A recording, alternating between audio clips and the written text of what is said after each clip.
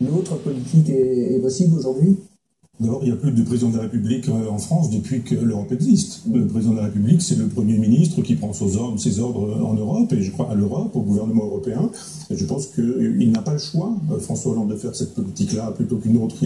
Il continuera, évidemment, et il est dans une logique qui est bien la sienne. Les gens font semblant de découvrir Hollande aujourd'hui, mais il est comme ça depuis le début. Moi, d'une certaine manière, je lui donne un coup de chapeau, c'est le même depuis le début. Une constance. On le voit au Parti Socialiste pendant 10 ans, il nous a fait l'éloge de l'Europe, de l'euro, il nous a dit rien à faire des peuples, ils votent, mais s'ils sont du côté du mauvais vote, eh bien on va faire de telle sorte que ça passe quand même. Il s'entend très bien avec Sarkozy sur ce terrain-là.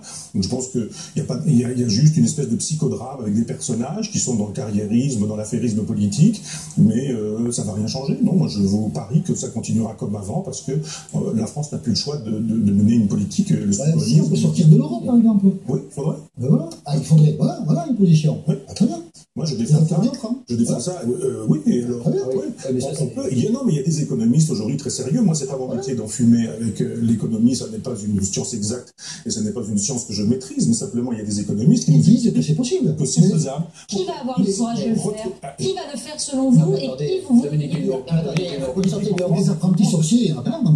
Les apprentis sorciers, ça c'est votre doctrine. Mais je ne crois pas que ce soit. Des Nobel d'économie ne sont pas forcément des apprentis sorciers. Dominique Villemoz, cette mesure vous fait dresser les cheveux sur la tête. Oui, sortir de l'euro. Unilatérale de la France de l'euro, et c'est pire que l'austérité. Enfin, je veux dire, il faut voir qu'on a une dette publique. Et oui, on a une dette publique en euros, le franc va être dévalué. En francs. On sera comme la Grèce, c'est pire. Non, il faut faire attention. Là, il faut quand même être réaliste. L'inverse de vous. Moi, je ne suis pas un technicien de l'économie, mais juste savoir que c'est foi contre foi. Non, vous avez la foi en l'euro, la foi en l'Europe, la foi dans le libéralisme, et vous nous expliquez qu'on ne peut pas en sortir, que c'est pas possible, que c'est la catastrophe. C'est la catastrophe pour des millions de personnes. Non, mais ça fait le libéralisme aujourd'hui produit de la misère, de la pauvreté, du chômage. On nous dit qu'il y aura des catastrophes, mais il y a des catastrophes actuellement. Dominique Villemoz, vous réclamez du réel, Dominique Villemoz. Le réel, en effet, il est tel que le dit Michel Onfray, c'est-à-dire qu'actuellement, il y a de la souffrance. Quand vous discutez avec François Hollande, puisque vous discutez avec lui, que dit-il de ça? De cette vision qu'il a du réel? Il croit encore que le cap qu'il tient est le bon, ou il y a une part quand même de lui qui se dit que peut-être il faudrait peut-être changer un peu de politique? On a beaucoup envie, c'est qu'il a l'impression d'être dans une impasse. Alors vous avez raison, en fait, j'ai cité une phrase de Jaurès de mon livre, c'est « Le courage, c'est d'aller à l'idéal et de comprendre le réel ». Je pense que tous les gens de gauche, ils vont vers le même idéal, de justice sociale et de solidarité. Mais il faut tenir compte du réel, on est dans la zone euro et dans la mondialisation. On ne peut pas faire abstraction de tout ça. Et si vous voulez, la politique de François Hollande, c'est pour rétablir le pays. On ne peut pas distribuer. Le réel, c'est que cette politique ne marche pas. Ça, c'est le réel. Pourquoi vous dites ça? Attendez, attendez.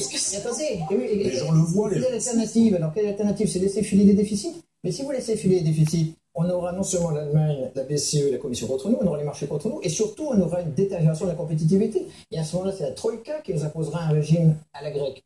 Non, attendez. Mais non, les moyens de nous imposer quoi que ce soit. Si on recouvre la souveraineté, évidemment. Alors, ce qu'il faut en effet, vous êtes toujours dans la logique de la domination du libéralisme européen en nous disant on n'a pas le choix, parce que si on fait ça, ils vont nous menacer, ils vont nous frapper, ils vont être gentils avec nous. Mais si on recouvre nos moyens, que fait François Hollande pour une souveraineté, que fait François Hollande au niveau européen? Il a quand même agi de manière considérable. On devait être à 3% de déficit en 2013. Si on avait fait ça, on aurait tué l'économie. Il a eu 2 ans de plus pour continuer à réduire le déficit de manière intelligente. Et le chômage là maintenant, on va continuer. En fait, le chômage, en fait, s'est retourné. Le chômage s'est retourné quand même depuis le début de l'année. Hein.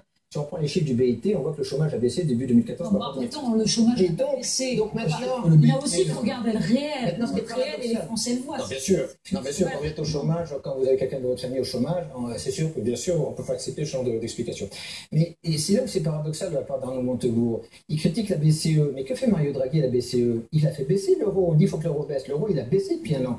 Il a une politique largement surévaluée. Oui, bien sûr, mais il faut continuer. On continue, mais la BCE va dans le bon sens. Après, au niveau européen, ce qu'il faut faire maintenant, c'est en effet ne pas être obligé de faire 3% en 2015.